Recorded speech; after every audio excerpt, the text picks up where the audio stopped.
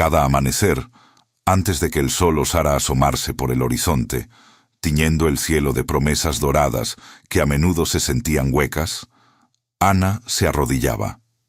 El frío del suelo laminado se filtraba a través de su camisón, pero ella apenas lo sentía.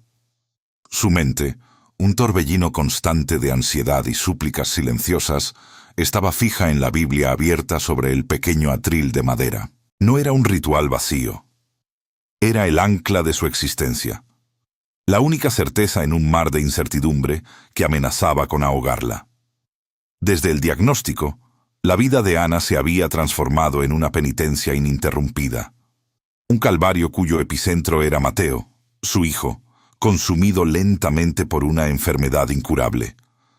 El Salmo 1 era su refugio, sus palabras un bálsamo para un alma lacerada. Lo recitaba, lo meditaba, lo vivía con cada fibra de su ser. ¿Será suficiente mi fe? Se preguntaba a menudo, una duda punzante que perforaba su armadura espiritual. Recordaba los días soleados en el parque, la risa cristalina de Mateo mientras perseguía palomas, sus pequeños brazos aferrándose a ella con la inocencia de quien no conoce el dolor. Esos recuerdos, antes dulces, ahora se presentaban como dagas afiladas, contrastando brutalmente con la imagen actual de su hijo, frágil y pálido en la cama adyacente, su respiración un susurro apenas audible.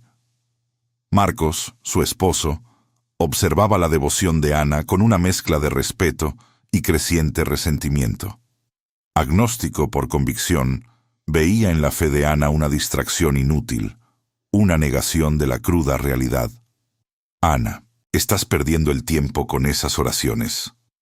Había espetado una noche, su voz apenas un murmullo cargado de frustración. Necesitamos soluciones reales, no promesas vacías. Sus palabras dolían más que cualquier punzada de la enfermedad, abriendo una brecha entre ellos que parecía ensancharse con cada amanecer.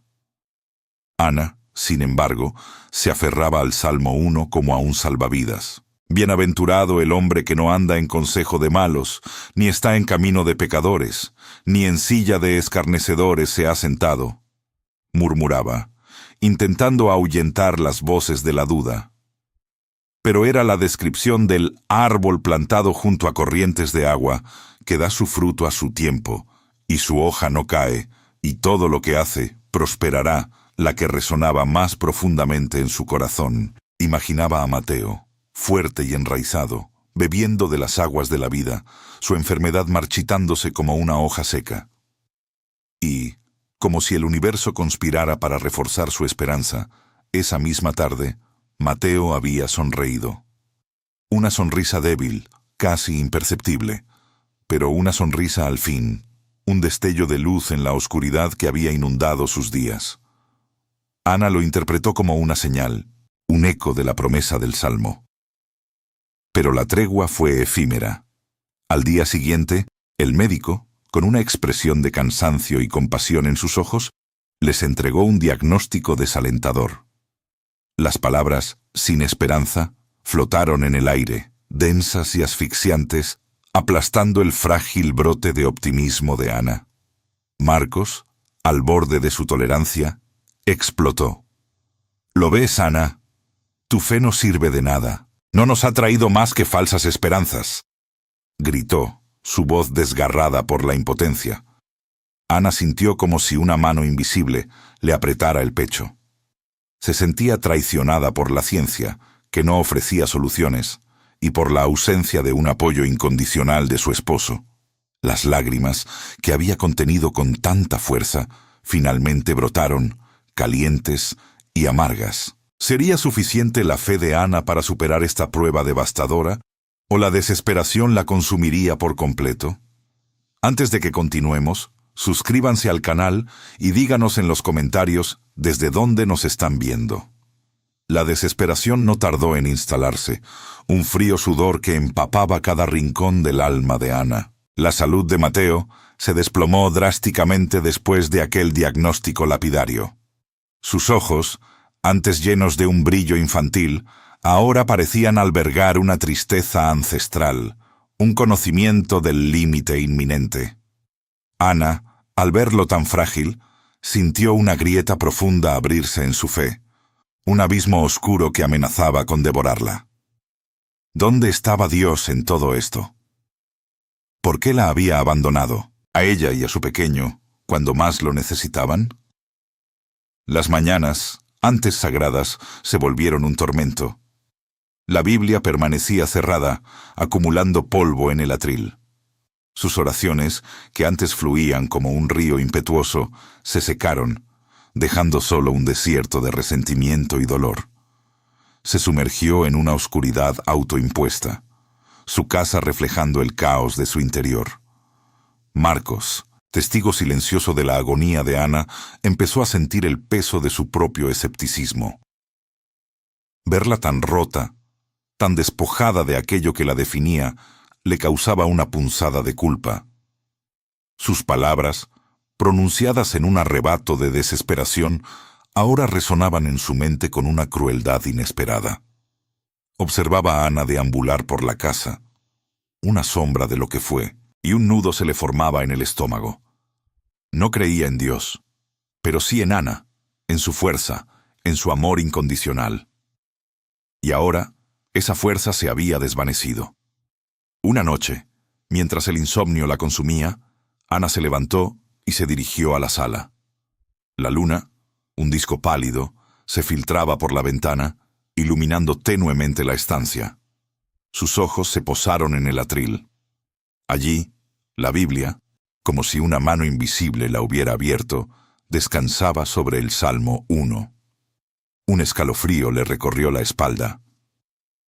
Recordó entonces las historias de su abuela, una mujer de fe inquebrantable que siempre decía: «La fe no es ausencia de duda, hija. Es la capacidad de seguir creyendo incluso cuando todo parece perdido». La voz de su abuela, dulce y firme, resonó en su memoria. Un eco de sabiduría ancestral que se negaba a ser silenciado por la desesperación. En los días siguientes, pequeños gestos de bondad comenzaron a perforar su burbuja de dolor. Una vecina le llevó una cazuela de sopa, sus ojos llenos de una compasión silenciosa. Un amigo de la infancia, al enterarse de la situación, le envió un mensaje de apoyo, recordándole que no estaba sola. Estos actos, insignificantes en cualquier otro momento, ahora brillaban como faros en su oscuridad, recordándole que, a pesar de todo, la esperanza existía en el mundo, en la conexión humana, en la bondad desinteresada. Fue entonces cuando Marcos hizo algo inesperado. Una tarde, regresó a casa con un pequeño plantón en una maceta de barro. Sus ojos, habitualmente resguardados, mostraban una vulnerabilidad que Ana no había visto en mucho tiempo. «No sé qué decir, Ana», comenzó, su voz áspera por la emoción. «No creo en lo que crees, pero admiro tu capacidad de aferrarte a algo.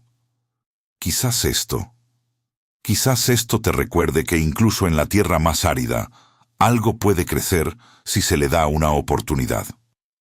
Le entregó el plantón, sus dedos rozándose brevemente. Ana miró la pequeña planta, sus hojas de un verde vibrante, y de repente, la metáfora del Salmo 1, el árbol plantado junto a corrientes de agua, cobró un nuevo significado. No se trataba solo de la fe ciega, sino de la necesidad de nutrir esa esperanza, de regarla, de protegerla, incluso cuando la tierra alrededor parecía estéril. No era Mateo el árbol, sino la esperanza misma. Esa noche, por primera vez en semanas, Ana abrió la Biblia. Sus dedos temblaron al pasar las páginas, pero encontró consuelo en las palabras familiares. A la mañana siguiente, antes del amanecer, se arrodilló de nuevo. Esta vez, su oración no fue una súplica desesperada, sino una conversación más madura, más consciente de las cicatrices que ya llevaba. Su fe no era la misma. Era una fe más profunda, forjada en el crisol del sufrimiento, más resistente. Coincidiendo con este renacer, una llamada del hospital les informó sobre un nuevo tratamiento experimental, una última esperanza para Mateo. A pesar de los nuevos desafíos, ¿podría esta renovada fe de Ana y el inesperado apoyo de Marcos guiar a Mateo hacia la recuperación, o era solo un espejismo en la oscuridad? El tratamiento experimental de Mateo comenzó, tejiendo una intrincada red de altibajos emocionales y físicos para toda la familia. Cada día era una batalla, una montaña rusa de pequeñas victorias y retrocesos desalentadores. Ana y Marcos, sin embargo, se habían convertido en un frente unido, una fortaleza inexpugnable. Sus manos se encontraban en el pasillo del hospital. Sus miradas se cruzaban en la habitación de Mateo, un bálsamo silencioso que aliviaba el terror que sentían. Encontraron consuelo en la presencia del otro, en el simple acto de existir juntos en medio de la tormenta. Las oraciones de Ana, antes un lamento desesperado, se transformaron. Ahora eran más profundas, un diálogo constante con lo divino, no solo pidiendo, sino agradeciendo cada pequeño respiro, cada tenue sonrisa de Mateo, cada amanecer que les concedía una nueva oportunidad. Mientras tanto, el pequeño plantón que Marcos le había entregado a Ana crecía lentamente en la repisa de la ventana de la cocina. Sus hojas se expandían, buscando la luz, un símbolo viviente de la esperanza que se negaba a marchitarse. Era un recordatorio constante de que, incluso en la quietud de la espera, la vida encontraba su camino.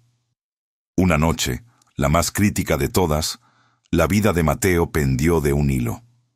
Una fiebre incontrolable lo consumía, y los monitores del hospital emitían pitidos alarmantes que parecían perforar el alma. Los médicos trabajaban con frenesí, sus rostros tensos, susurrando términos médicos que Ana y Marcos apenas comprendían. La habitación se llenó de una tensión insoportable, el aire denso con el miedo. Ana y Marcos se aferraron el uno al otro, sus manos entrelazadas con una fuerza que desafiaba el agotamiento. Por primera vez, en mucho tiempo, oraron juntos. Marcos, con los ojos cerrados, no sabía qué palabras usar, pero su corazón gritaba una súplica silenciosa, un ruego desesperado por la vida de su hijo.